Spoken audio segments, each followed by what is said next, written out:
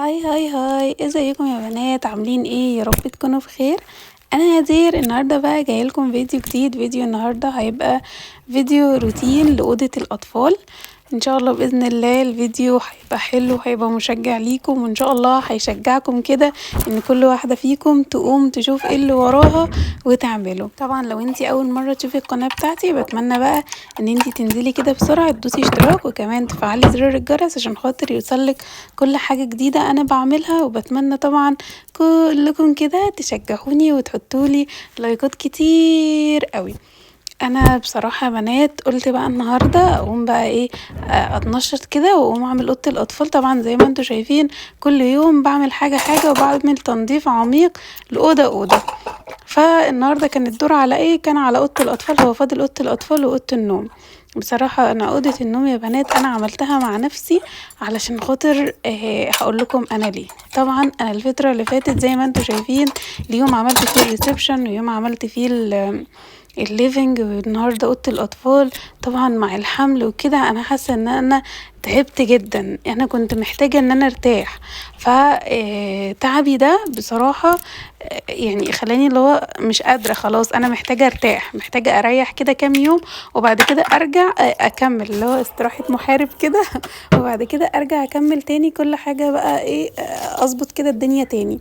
فبصراحة ما هنش عليا ان انا اسيب اوضة النوم كده فيها تراب. فانا عملتها كده وسيقتها ومسحتها كده مع نفسي واحدة واحدة. كنت شغالة فيها واحدة واحدة، بس للأسف انا ما عملتش البلكونة بتاعتها. ف قلت بقى ايه، هبقى ادخل كده بالنهار. كنت يعني عملت اوضة النوم تاني يوم، عملت اوضة الاطفال دي بالليل خالص. يعني دخلت كده واحدة واحدة وعملتها. فالبلكونة عايزة ان انا طبعا اعملها بالنهار. يعني ده غلط ان انا طبعا ابدأ بالاوضة قبل البتاع البلكونة. وعايزة اقول لكم كمان البلكونة جيت لقيتها تراب. يعني انتوا شايفين الشقة مليانة تراب، سبتها فترة وجيت لقيتها مليانة تراب بالطريقة دي، ما بالكم بقى البلكونات بتبقى عاملة ازاي؟ حاجة كده فظيعة. انا قبل ما انشر اخدت المنشر على التويلت جوه وغسلت، اديته غسلة حلوة علشان خاطر اعرف انشر عليه. المنشر متبهدل، كله تراب، التراب كان مردوم جدا عليه. فدي غلطة. عملت غلطة تانية في الفيديو ده هتشوفوها دلوقتي، مش عارفة اصلا انتهت عن بالي ازاي. انا والله يعني انتوا لو تلاحظوا هتلاقوني ان انا في الفيديو ده متوهة شوية.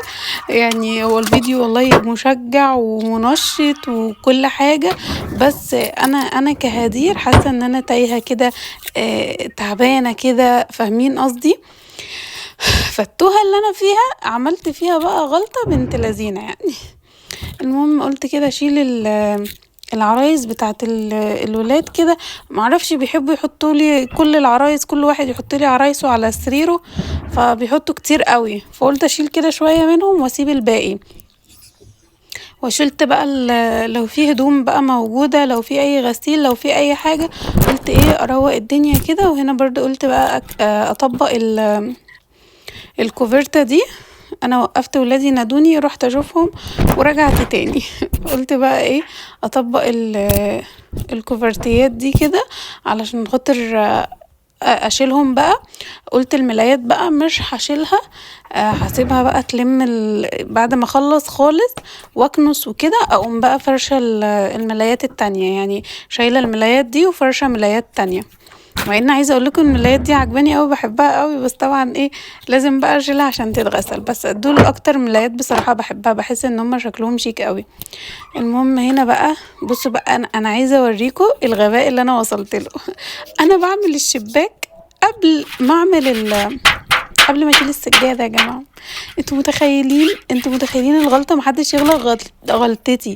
يعني الغلطه اللي انا عملتها دي يا جماعه محدش يعملها ابدا. انا عايزه اقول لكم انا اتفاجئت من منظر السجاده، ولولا ان انا تعبانه انا كان زماني غسلتها. بس انا طبعا تعبانه جدا، وانا قبل كده جيت غسلت الكفر ده. بصوا ده عيبه ايه بقى، الكفر ده فيه سنه قطيفه كده، فلما بيتحط فيه ميه بيتقل تقل رهيب، بيتقل قوي، بيبقى تقيل جدا. فعلشان خاطر اغسله قبل كده قلت انا هغسله بنفسي. يعني كل مره بصراحه بدخله بوديه دراي كلين. فالمرة دي قلت لا انا هغسله كده، دخلته التويلت وغسلته. عايزة اقول لكم يا بنات كمان كنت ساعتها بقى لسه والدة توتة، انا فاكرة اليوم ده كويس قوي، فكان بقى في فتح بطن وفي حاجات. تعبت جدا، قلت توبة توبة من دي النوبة، ماله الدراي كلين، الواحد يشتري نفسه احسن. فطبعا بقى انا دلوقتي مستنيه حد، يعني انا شلت اصلا الكفر اللي زي ده بتاع الركنه شايلاه عشان خاطر مستنيه بتاع الدراي كلين يجي ياخده بقى، او اي حد يبعتولي الدراي كلين.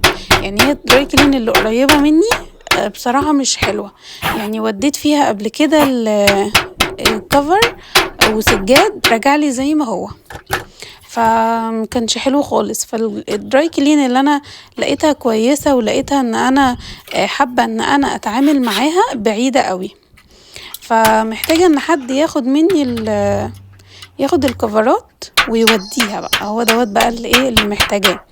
فمستنية بقى لما حد يوديها، او لو لقيت الدراي كلين دي افتكرت رقمها او لقيت رقمها كده في اي حتة هتصل بيهم حد يجي ياخدها. فهضطر بقى ان انا انفض الكفر ده. هنا عمالة انفض هدومي، انا كلي كان تراب، مش قادرة اوصف لكم يعني. المهم قلت بقى هشيل الكفر ده، فهنفضه هديله بقى تنفيضة كده، وبعد كده هضطر ان انا احطه تاني. عقبال بقى ما الاقي حد يجي ياخد الكفر اللي بره، هقوم مدياله بقى الاتنين بالمرة، يعني اديله ده واديله ده يغسلهم كده بالمرة. فمش عارفة الكفر الجديد ده بتاع اللي انا حطاه في الركنة، عندي امل يعني ان هو خفيف، ان هو حلو وهيبقى حلو في الغسيل. يعني اشوف نفسي قدرت اغسله، قدرت ما قدرتش خلاص. هنا عمالة اقول لنفسي هو انا مش هخلص من التراب ده كتير قوي. عمالة بكلم نفسي والله. بصوا السجادة بقت عاملة ازاي، اوعى حد يا جماعة يغلط غلطتي، قبل ما تعملوا اي شباك لازم تشيله. انا بقى كان في دماغي ايه، انا قلت كده انا الشباك ده على طول ايدي فيه، يعني على طول، حتى قبل ما امشي على طول انا كنت عاملاه، يعني كده اوريدي انا عاملاه.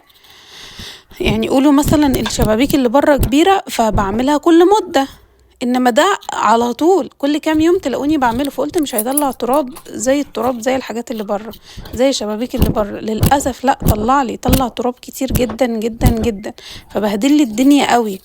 فاصبحت بقى السجادة طبعا بقى متبهدلة. بصوا حتى التراب اللي هيطلع من الارض كتير قوي بسبب الشباك.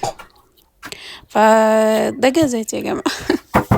ده جزات اللي تسيب بيتها، تسيب بيتها كده شهر وتعملوا تاني. عايزة اقول لكم شقة اسكندرية برضو، بس بقعد كده فترة ما اروحهاش، واليوم اللي انا اروح فيها بيبقى هدة حيل بالنسبة لي، زي ما انتوا كده شفتوا في الفيديوهات اللي فاتت. اللي ما شافش الفيديوهات اللي فاتت، انا رحت قعدت في اسكندرية كده فترة، وعملت لكم بقى فيديوهات هناك كتير قوي، يعني هتعجبكم جدا. ادخلوا بقى عليها وشوفوها. كنت برضو كل يوم كده باخد اوضة كده وبنضفها وبسيقها وبظبطها، بعمل لها تنظيف عميق.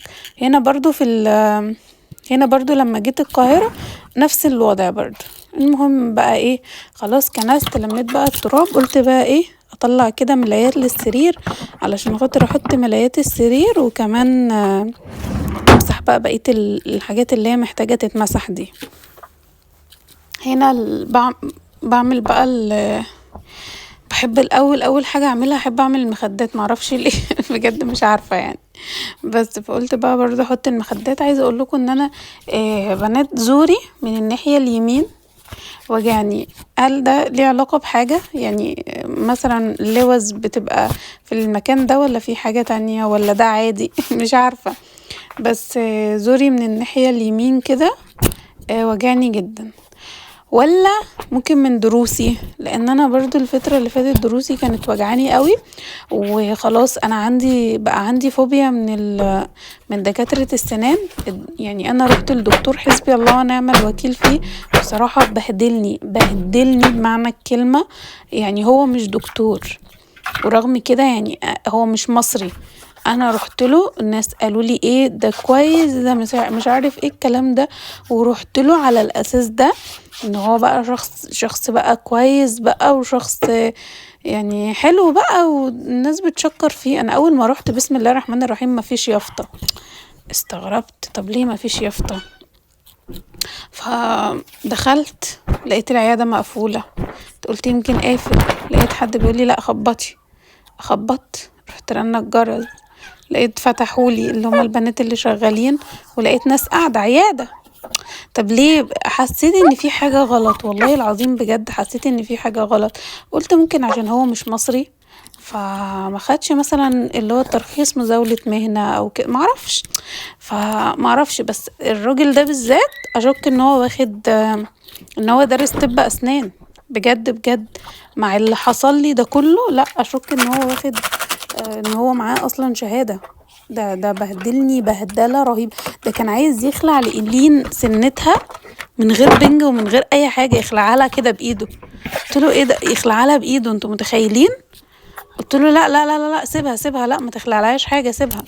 والله العظيم بجد انا يعني انا خلع لي وبهدلني وكان في ضرس عايز يتحشى، خرمهولي وبهدلهولي لا لا لا احيه، مش قادره اوصف لكم. انا قعدت فتره، انا كنت بصرخ، انا كنت بخبط دماغي في الحيطه من كتر الوجع. وكنت يعني اقول لكم ايه، كان في كميه وجع في ضروسي كانت رهيبه. قعدت فتره طويله على هذا الوضع لحد لما رحت بقى لدكتور تاني، ده ربنا يبارك له والله العظيم. لما بص على الضرس اللي اتخلع، لا قلت له انا خلعته وموتني، انا خلعاه بقالي اسبوع مموتني. وبعدين اداني 4 حقن بنج. قال لي ازاي يديكي 4 حقن بنج وانتي اصلا حامل؟ ازاي يعمل كده؟ ده ممنوع حاجه زي كده. المهم يا بنات بقى، جه يشوف الضرس اللي اتخلع، اتاري الاستاذ الدكتور اللي المفروض دارس مش منظف طبعا مكان الخلع، وسايب بقايا عظم، اللي هو يعني كسر لي عظم في اللي هو بيبقى في الضرس من تحت، اللي بتبقى تحت اللثة، كسر عظم وسايبه. يعني ما بالكو ده الجلد بقى بتاع الضرس كان هيقفل على العظم ده. ما بالكو انتم واخدين بالكم الوجع، كمية الوجع كانت عاملة ازاي؟ حرفيا انا اتبهدلت والله العظيم. كنت حاطه كيس التلج في الفريزر، كنت كل شويه اطلعها واقعد احط دروسي فيها، احطها على دروسي كده وعلى اسناني. واخر ما زهقت جبت اللي هو البنج بتاع الاسنان ده، وبقيت برش عليه عشان اعرف انام شويه، اعرف اخطف لي ساعه. انا النوم والله العظيم ما كنت بنام، والله يا بنات عيني دي ما كانتش بشوف النوم من كتر الوجع اللي انا كنت فيه. انا والله عيني ما كانت بتشوف النوم. ف خلاص بقى انا بقى من ساعه اللي حصل لي ده انا جالي فوبيا، فوبيا جامده، اللي هو انا خايفه اروح لدكتور اسنان تاني بسبب اللي حصل ده كله. رغم ان في دكاترة اسنان كتير ناس كويسة ومحترمة، الواحد برضو ما يظلمش حد، يعني مش كل الناس وحشة، مش كل الناس كده، بس خلاص مش قادرة. المهم المراية اللي بنساها دي قلت بقى امسحها كده، اديها مسحة علشان خاطر بقى ايه تنور كده. ايدين الولاد على طول بتبقى فيها، فبتبطع كده من تحت من مطرح ما هم بيبقوا واقفين، ايديهم بقى بتبطع كده. بس قلت بقى امسح برضو الخشب اللي بتاع السراير اللي من قدام ده، عملته. ورحت جايبه بقى جرد الميه كده، حاطه فيه الميه وجنرال وكلور، وحطاهم فيه. جنرال ريحته جميله قوي. وقلت بقى اديها تسيقه كده. بصراحه ولا هقدر اشيل كومود ولا هقدر اشيل سرايحه في الوقت اللي انا فيه حاليا، لان انا فعلا فعلا تعبت جدا، يعني انا كنت تعبانه جدا. فقلت لا، انا عشان خاطر ايه اريح نفسي وما اجيش على نفسي اكتر من كده، عشان انا جيت على نفسي كتير قوي. يعني انا الفتره اللي فاتت جيت على نفسي كتير قوي، كان في اسكندريه ولا في القاهره ولا كده، والمفروض انا ما اعملش كل ده. حطوا لي لايك يا جماعه عشان انا بتعب.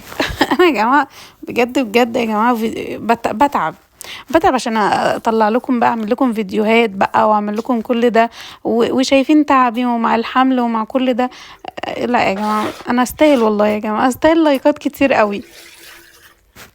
المهم ريحه الجنرال مع الكلور مديه بقى ريحه بقى ايه، مش قادره اوصف لكم. يعني بحب قوي ريحه النظافه، بحب قوي قوي قوي ريحه النظافه. كده هيبقى بقى فاضل لي انا كده عملت اوضه النوم. هيبقى فاضل لي بقى البلكونتين والتويلت. في بلكونه منهم اللي هي بتاعه الليفنج دي انا عملتها. بصوا السجاده حاسه ان هي عايزه تتغسل بجد، حاسه ان هي مش محتاجه ان انا افرشها، لا انا عايزه اغسلها امرشها كده، عايزه تتمرش. بس هفرشها بقى مؤقتا عشان ما اسيبش طبعا الاوضه على السيراميك، عقبال بقى ما اشوف ممكن بقى بكره ولا بعده اقوم جايبه ابعتها او بتاع الدراي كلين كده يجي. وقلت بقى ايه ان انا بعد ما افرشها ان شاء الله يعني شويه كده ارتاح شويه وامسك المكنسه اللي بالكهرباء واشفط بقى عشان لو فيها اي حاجه مثلا انا معرفتش انفضها كويس او كده، فامسك بقى المكنسه اللي بالكهرباء واعملها بيها.